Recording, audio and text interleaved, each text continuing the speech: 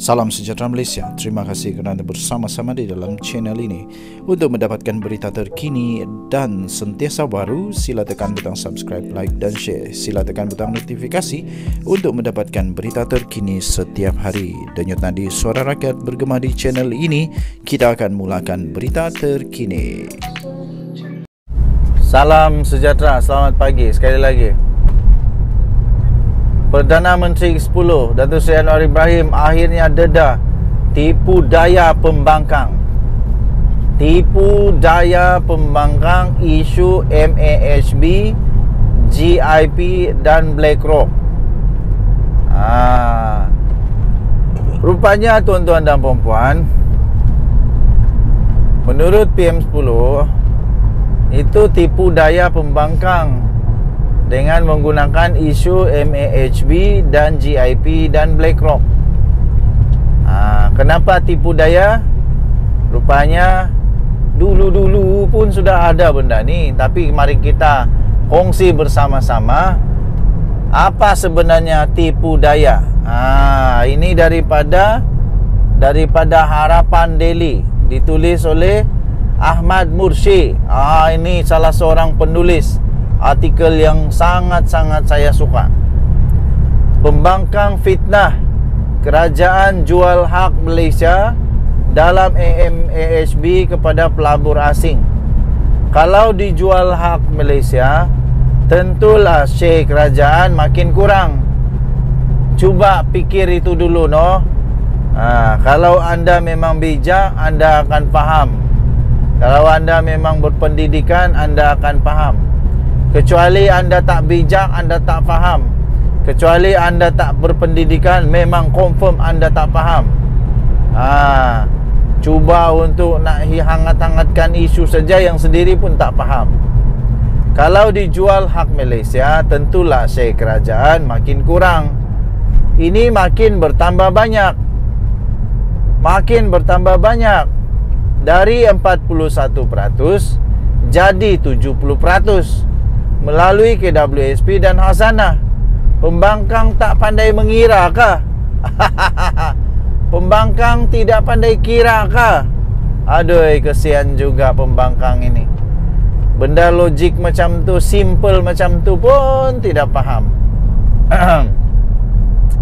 Ketika ini 32% saham dipegang oleh pelabur lokal.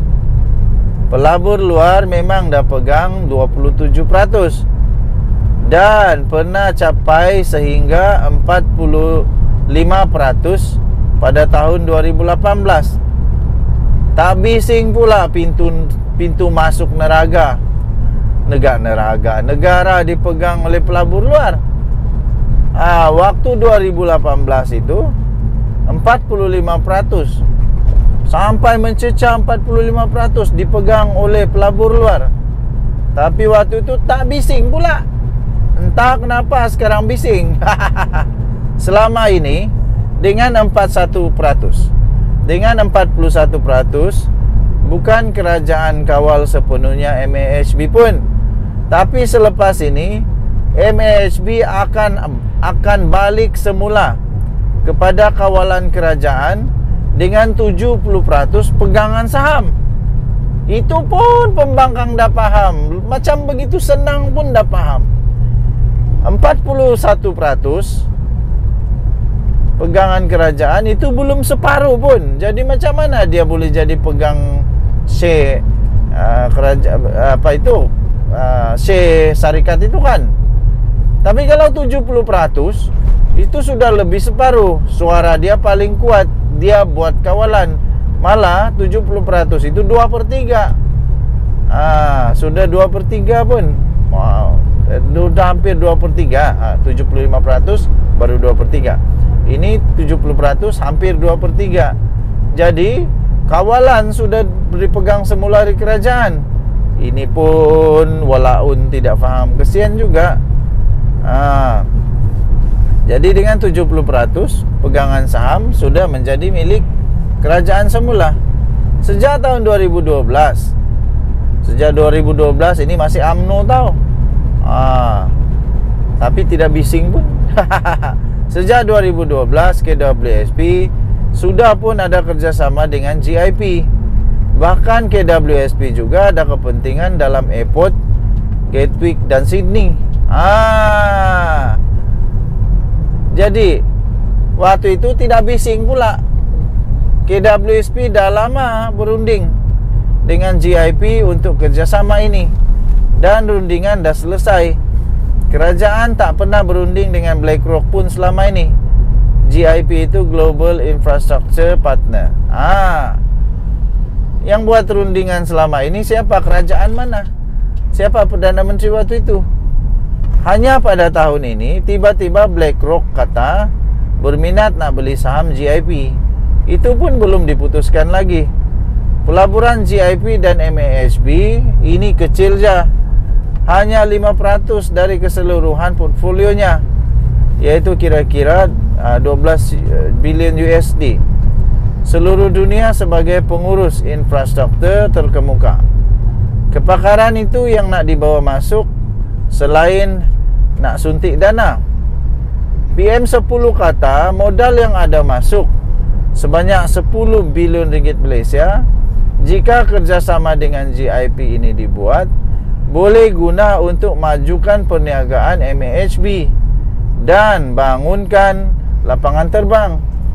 Tak perlu kerajaan berhutang, dan dana negara boleh diguna ke tempat yang lain. Ini walaun tak faham. Mana walaun faham benda ni. Benda simple dia tidak faham, apalagi benda rumit begitu. GIP dan Lembaga Pelaburan Abu Dhabi Adia akan beli dari 27% saham yang memegang kini dipegang pelabur luar, dan akan jadi 30%. Jadi tuduhan pembangkang itu sebenarnya adalah fitnah. Sebenarnya tuduhan itu berlaku kerana pembangkang tidak faham. Pembangkang tidak faham, tidak tahu, dan kadang-kadang buat-buat tak faham. Sebab rupanya benda ni BlackRock, GIP kah, BlackRock kah, ini semua bukan baru berlaku kemarin. Perundingan bukan baru kemarin. Sudah lama pun. Tapi bila Anwar Ibrahim jadi Perdana Menteri, bukan main lagi. Kenapa? Sebab nak tunggang lah, supaya ini boleh jadikan isu yang boleh jadi menangkan kalau ada PRK kah, PRU kah. Tapi sebenarnya yang ramai rakyat tidak tahu adalah benda ni bukan dari kemarin. Ini sudah lama berlaku. Okey, untuk dapatkan berita yang lengkap, sila layari harapandaily.com. Kita jumpa lagi. Bye-bye.